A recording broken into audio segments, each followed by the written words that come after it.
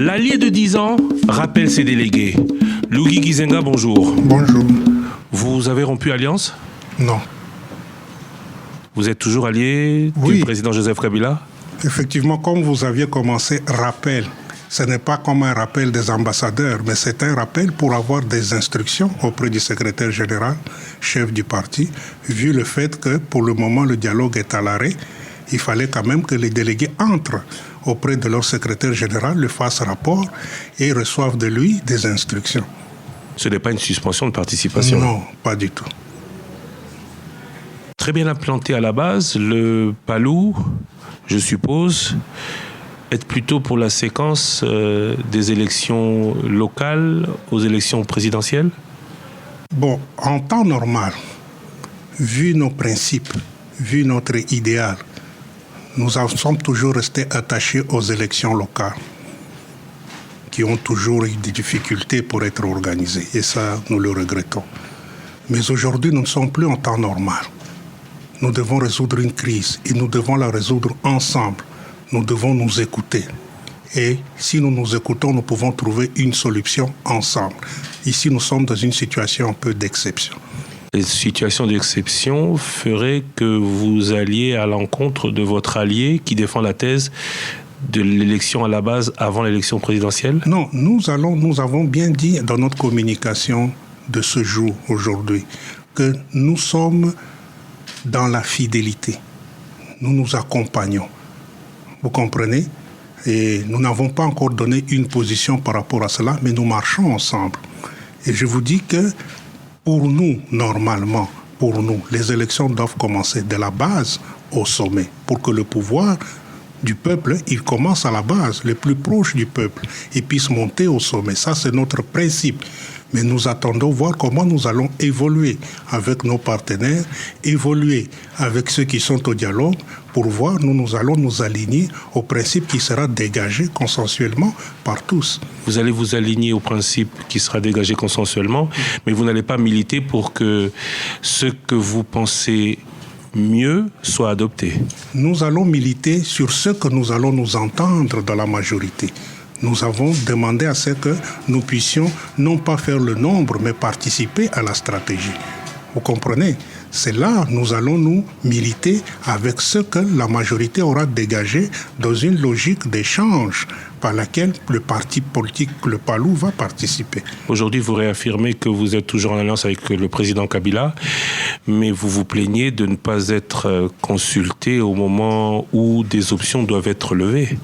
Oui, vous voyez, depuis 2006, nous avons évolué ensemble. Nous avons partagé les peines comme les joies. Aujourd'hui que nous nous trouvons dans une situation quelque peu complexe pour notre pays, où nous devons vraiment mettre toutes nos intelligences ensemble, et nous insistons que cette fois-ci, nous ne pouvons pas être distraits. Peut-être la distraction peut arriver devant les enjeux, puisque quand nous sommes ensemble, nous avons relevé des grands défis. Et nous devons le continuer ainsi jusqu'à la fin. De quoi avez-vous peur? Vous semblez avoir fait confiance jusque maintenant. Pourquoi aujourd'hui soulever le fait que vous vouliez plus que vos positions soient prises en compte? Non, ce n'est pas une peur, mais c'est plutôt que comme le Palou, c'est un parti cinquantenaire. Il a 52 ans d'expérience liée pratiquement à la vie du Congo depuis son accession à l'indépendance. Il a beaucoup apporté. Des situations que peut-être qui se répètent. Comme nous avions dit en 2015 qu'il y a succession du dialogue parce que nous n'avons pas tenu d'un élément important.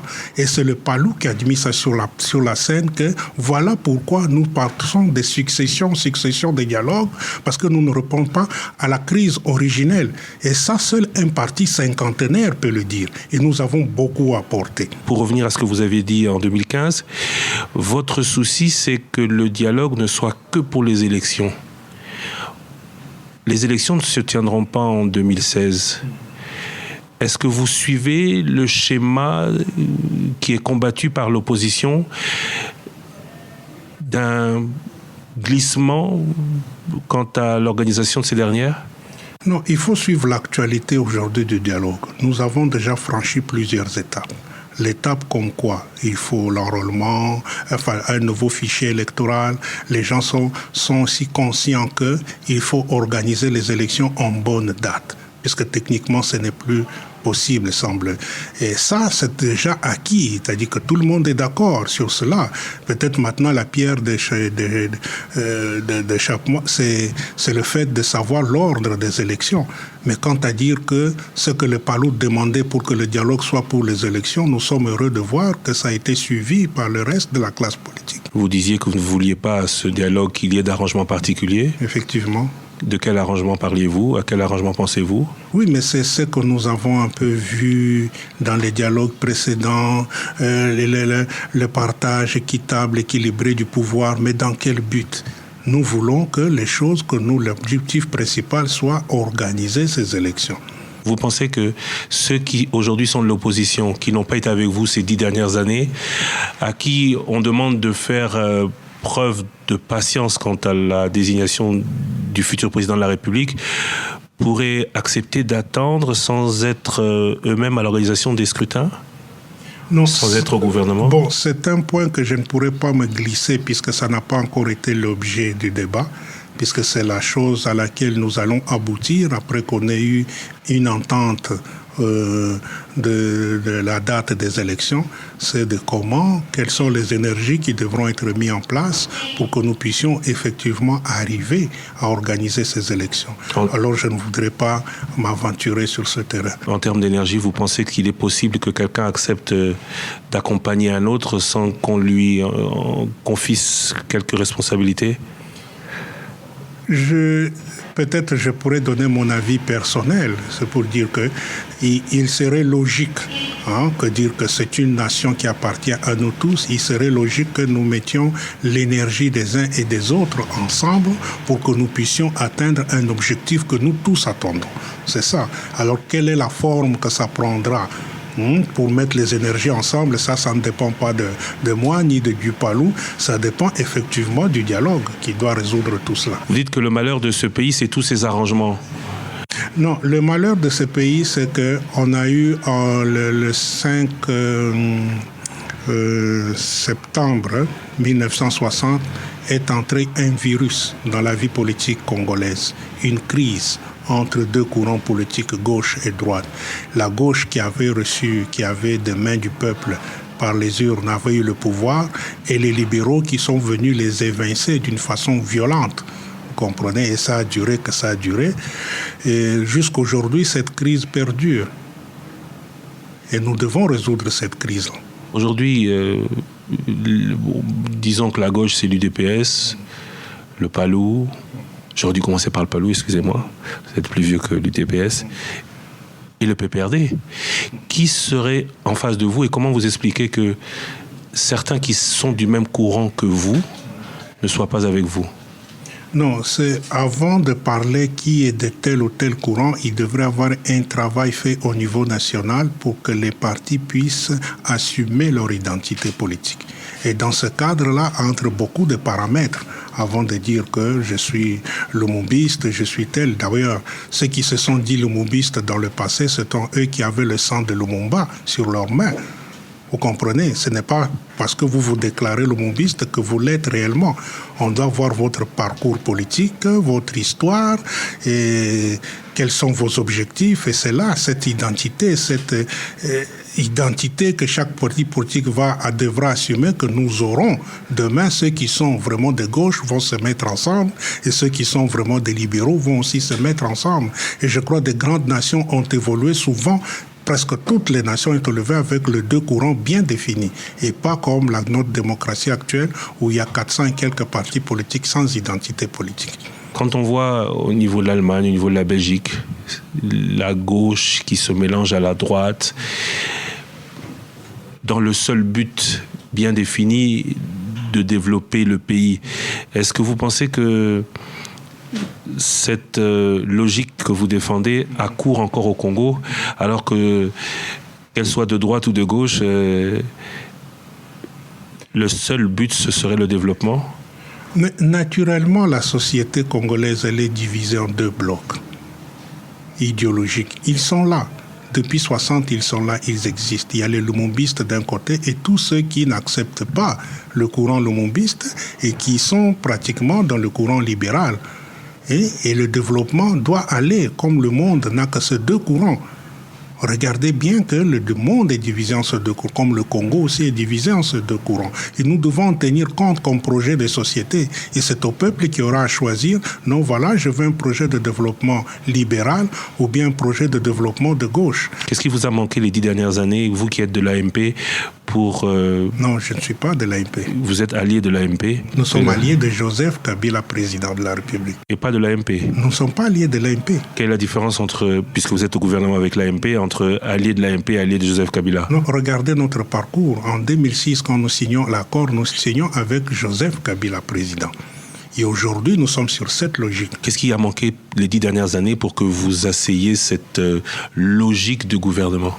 Pour que nous puissions asseoir cette logique de gouvernement qui a toujours été le souhait de ces deux personnalités, le chef de l'État et le patriarche Antoine Gizenga, mais c'est comme je vous dis que les partis politiques qui constituent cette majorité doivent aussi assumer leur identité politique. À l'intérieur, nous devons voir qui est de gauche et qui est de droite. Nous avions dit en 2015 que nous avons une majorité plurielle, comme nous avons aussi une opposition plurielle. Tout se mélange. Et nous devons voir dans l'opposition qui est de gauche et se rassembler avec ceux qui est de la majorité qui sont de gauche. Aujourd'hui, vous regrettez cette alliance? Pas du tout. Nous devons peut-être, il y a des choses à approfondir. Nous avons fait un pas qui n'est pas facile, parce que vous voyez que l'alliance qui a été à l'origine de l'existence du parti lumumbiste unifié, qui était l'alliance des partis de gauche et progressistes qui étaient autour de Lumumba, et qui ont vu qu'étant un cartel, nous sommes trop faibles devant l'offensive des libéraux. Ils ont opté à ce qu'a créé un parti. C'est-à-dire que partir d'un cartel pour devenir un parti politique. Et ça n'a pas été facile. Vous avez vu que dès que le PALO a été créé, il a été interdit. Le regroupement de la gauche fait peur. Et nous sommes conscients qu'aujourd'hui, lorsque nous rentrons avec cette partition, si vous permettez, ça fait peur, non seulement au Congo, comme à l'extérieur du Congo. Nous sommes conscients des obstacles qui se trouvent sur notre chemin, mais nous persévérons. En 2006, vous aviez votre candidat. En 2011, vous avez déclaré que vous n'auriez pas de candidat, que vous attendiez 2016. Aurez-vous un candidat lors des prochaines élections présidentielles? Non, mais nous sommes un parti politique. Et un parti politique, le premier réflexe, c'est d'être présent à tous les niveaux. Ce n'est que lorsque le parti politique rentre dans un cartel et trouve que stratégiquement, il faut des alliances électorales, mais son premier réflexe, c'est de dire que je suis candidat. En 2011 aussi, c'était un réflexe dans le cadre d'un cartel. Nous avons dit, nous entendons, écoutez, moi je me retire pour empêcher que la droite puisse rentrer en force et toi tu continues. C'est un arrangement qu'on fait dans un cartel. Le PALO est un parti autonome qui a toujours ses ambitions d'avoir le pouvoir de la base au sommet, mais si ça rentre par rapport aux événements de l'heure qui est le besoin, c'est comme ça, il rentre dans une logique de cartel, ce qu'il a fait en 2011. Mais on ne sait pas ce qui va se présenter en 2016, mais nous disons toujours que nous allons nous présenter à tous les niveaux. Le patriarche avait dit en 2011 qu'en 2016, il y aura un candidat. Oui. Dans le cadre de l'alliance avec Joseph Kabila? Je ne sais pas si vous suivez ce que je dis, nous sommes un parti autonome. En 2016, vous ne répondez pas à ma question. Vous avez dit que vous êtes toujours en alliance. Est-ce lors de prochaines élections présidentielles, qui ne seront pas en 2016, c'est déjà ça, tout le monde l'a compris, vous serez en alliance avec Joseph Kabila aussi? Nous avons le souhait, et que de l'autre côté, il y a le souhait aussi, et que nous puissions construire un grand bloc de gauche, voire même un parti de gauche. C'est pour ça que nous travaillons, nous évoluons dans ce sens-là. Qu'est-ce que l'avenir nous donnera? Nous ne savons pas, je ne sais pas le répondre. Mais c'est ça notre souhait, que nous puissions construire un grand bloc de gauche. Le PALU serait prêt à se fondre avec d'autres partis dans un grand bloc de gauche? Vous connaissez le MNC? MNC Lumumba, oui. Un grand parti qui a pratiquement arraché, presque été premier des partis. Qui a remporté les élections législatives, les premières. Le PESA, qui était un grand parti, le CEREA, le Baloubakat. Mais ce sont des partis qui se sont fondus dans le PALU. Parce que l'objectif, en ce moment, demandait à ce qu'ensemble, nous sommes plus forts. Vous comprenez? Si le PALU, nous arriverons comme nous avions dit que les lumumbistes ne sont pas seulement dans le PALU, ils sont aussi en dehors du PALU. Mais l'objectif, c'est quoi? Ce n'est pas de continuer à faire la politique dans un cartel. Nous voulons un grand parti politique de gauche. C'est ça notre rêve. Monsieur Lugui Gizenga, vous posez de petites questions un peu plus personnelles. Comment va le patriarche? Le patriarche se porte tellement bien que j'ai parfois l'impression que, comme on était petit, il allait nous faire le châtiment corporel. Il se porte très bien pour son âge et surtout qu'il est tellement investi pour le problème de ce pays que nous ne lui osons même pas de lui dire « Papa, repose-toi » et choses. Il se porte très bien. Comment est-ce que vous expliquez qu'il ait autant de pouvoir sur ces contrées? En tout cas, c'est parce qu'il est en phase avec les aspirations des plus démunis. Il voit, c'est-à-dire, c'est comme dire qu'il a tellement sacrifié sa vie pour ce combat, les gens s'identifient en lui. C'est ça sa force. Il se voit en lui. Et comme il nous dit toujours que faire la politique pour savoir que vous êtes sur la bonne voie, c'est quand vous posez des actes politiques et cette grande majorité est satisfaite. C'est que vous êtes à l'écoute de cette grande majorité. C'est ça son principe. Il est en phase avec eux.